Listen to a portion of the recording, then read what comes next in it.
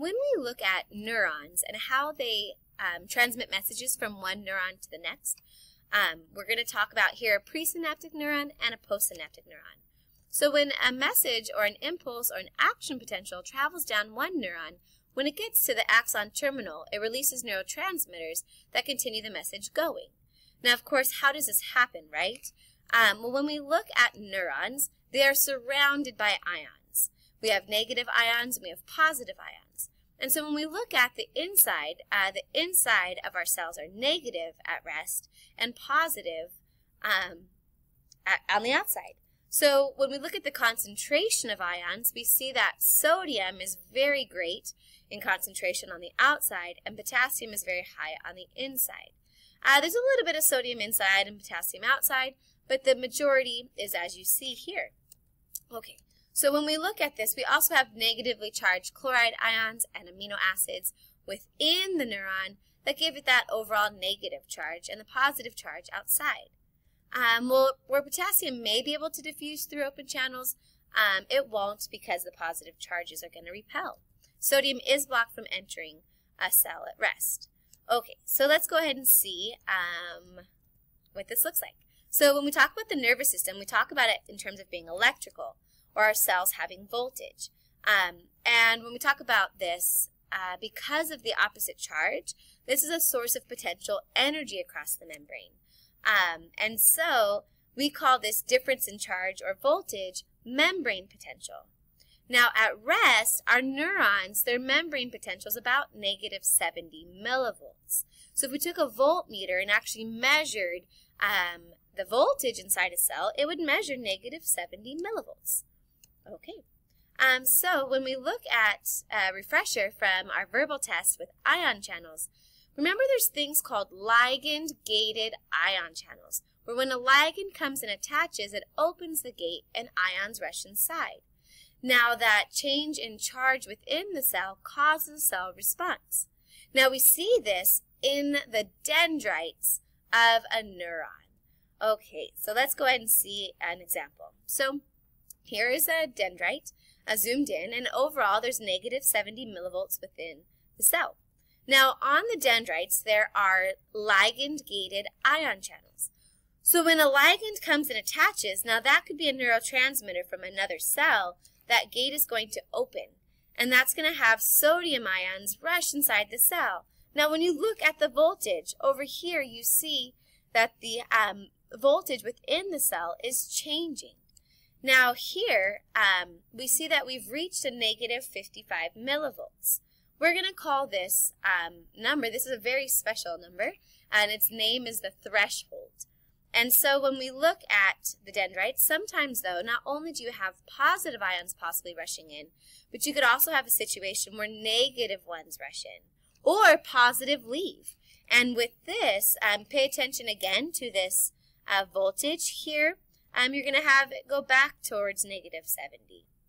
And so when we look at neurons, they have both excitatory and inhibitory messages coming in. Some of them are going to cause it to become more positive, like the sodium ions here. Some of them are going to be more negative, like these chloride ions. So we want to look at all of the information coming in, almost like that, and see, while some may be causing the overall charge, like maybe in this part you have positive ions coming into the cell, and over here you have negative, which would be inhibitory. You're going to look at the overall membrane potential, like what is the overall charge in this area. Now in this area, if it reaches negative 55 after you've kind of added together all of these, that's what we call reaching threshold. So this area here is called the axon hillock. Now the axon hillock isn't a protein, it's just a region of the neuron. So if at the axon hillock, it reaches about negative 55 millivolts, that's an increase from negative 70, that's going to be enough to stimulate the action potential to travel down the axon. Okay, now if we don't reach negative 55, we don't reach threshold, then that's not enough to start an action potential, and that won't travel down, and the message won't go So it's kind of like that in class we talked about how someone licks your elbow. Can you feel it? So if you can't feel them lick your elbow, then the voltage did not reach threshold. There was no message sent. It never reached your brain. That someone was licking your elbow. Okay, so let's go ahead and talk about the axon. So as the action potential travels down, that's what we're going to study in the rest of this video. So if we zoom into our axon is actually protected by a myelin sheath. And between myelin sheath, we have nodes of Ranvier. And these myelin sheath are actually Schwann cells that have been wrapped around about 200 times and to protect and insulate our neurons. Because of myelin sheath, our messages are able to travel more quickly. Okay, so here we have our positive and our negative charges that we saw before. And in our nodes, this is where we have protein channels. So we zoom in here, and this node is where we have some special protein channels called sodium channels and potassium channels. And you see here at rest these gates right here. These gates are closed. Oops, sorry. So these gates right here are closed at rest. And at rest, our membrane potential is negative 70 millivolts, and we see that up here on the graph. Okay, so this membrane is at rest, and these gates are not ligand-gated ion channels we saw before, where the ligand opens the gates.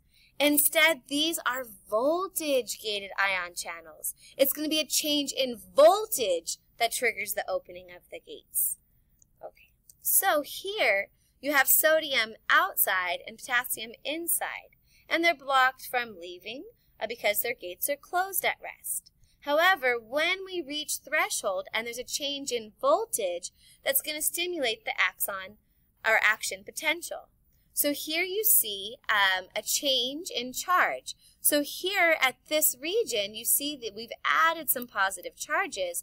So if right here we've reached threshold, negative 55 millivolts, that'll trigger the opening of the first voltage-gated sodium channel. And the sodium rushes into the cell. And as it flows into the cell, that's going to change the voltage in this area, which triggers the opening of that sodium gate. So the sodium rushes inside the cell, further depolarizing the membrane. And what we have now is that the inside of the membrane is now positive and the outside is negative. That right here explains this increase in the graph. This is called our action potential. Now, obviously, it doesn't stay like this. It's very positive inside the cell, positive 30, 35 or so. And so now, next step is those bottom gates of the sodium channels. Oops. All right, those bottom gates are going to close, and now they're inactive. No more sodium is going to enter. Around the same time, the potassium gate opens. And now, because all that positive charge inside, the potassium is going to rush out of the gate. of the channel. So in this case, we see the charge reversing again. Inside is going to become more negative while the outside becomes positive. And so this is called hyperpolarization, or really I think it's more accurately called repolarization. We repolarize the membrane, bringing it back down to negative inside. However, and then the sodium gates kind of reset, but this potassium gate stays open a little long, and even more potassium rushes out. This is called the undershoot.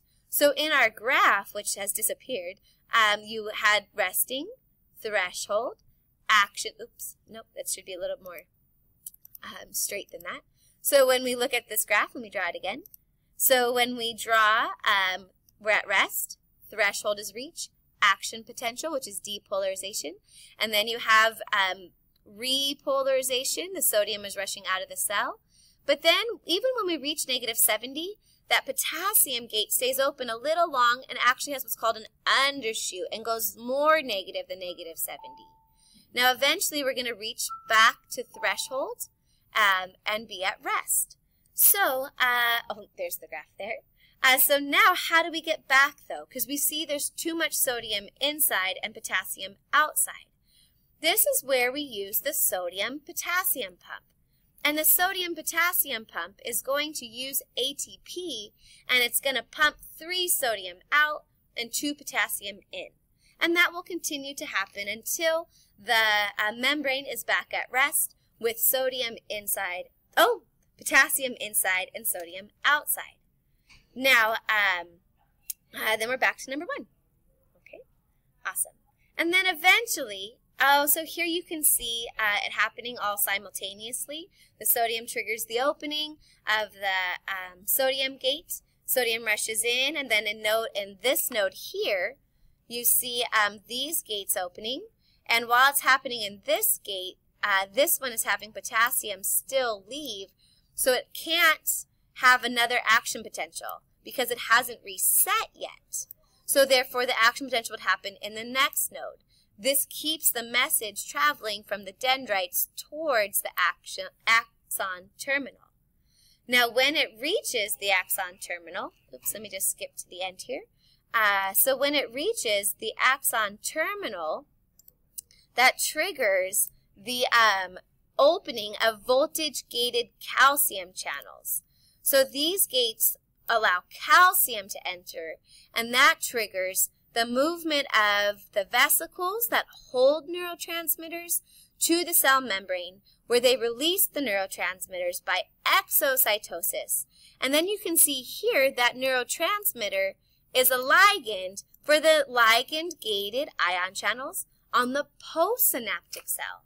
Then those gates will open, ions will rush in, and then depolarization will happen in the next neuron. And the message continues.